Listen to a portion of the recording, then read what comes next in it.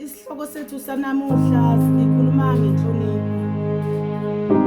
Inhlonipho into enkulu ephila kumuntu. Inhlonipho into enkulu engathengiswa, engabolekisi. Ayinayo university, ayinayo college, ayinaso isikole.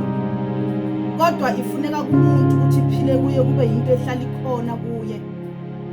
Inhlonipho iyayenza ukuthi uthandwe ngabantu kulo lonke indawo.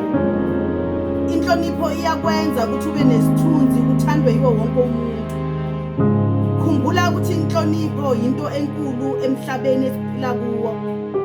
Uma ungananhlonipho awusiyo umuntu onesisekelo.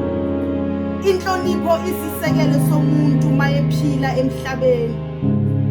Khumbula indoda unguSolomon ngelinye ilanga kwathi abantu becela izicelo ngezicelo ezahlukahlukene, kodwa uSolomon wacela isimangaliso. Wacela inhlakanipho kuba ahlakaniphele izwi likaJehova ahambe nangokuqonda. Akazange acele izinto ezikhona emhlabeni, izinto eziphathekayo. Hlezi mhlambe mina nawe besizocela izinto eziphathekayo, into zasemhlabeni, ngoba siphile emhlabeni wamagabada ahlabayo.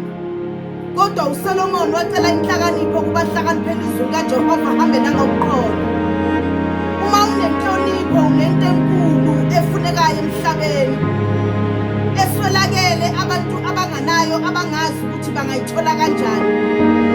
Bonga uma unaleso siphiwo sokuhlonipha, ngoba yinto enkulu, yinto edlula izinto zonke ezikhona emhlabeni. Inhlonipho, asihlonipheni bantu basemhlabeni, sicele inhlonipho kuJehova.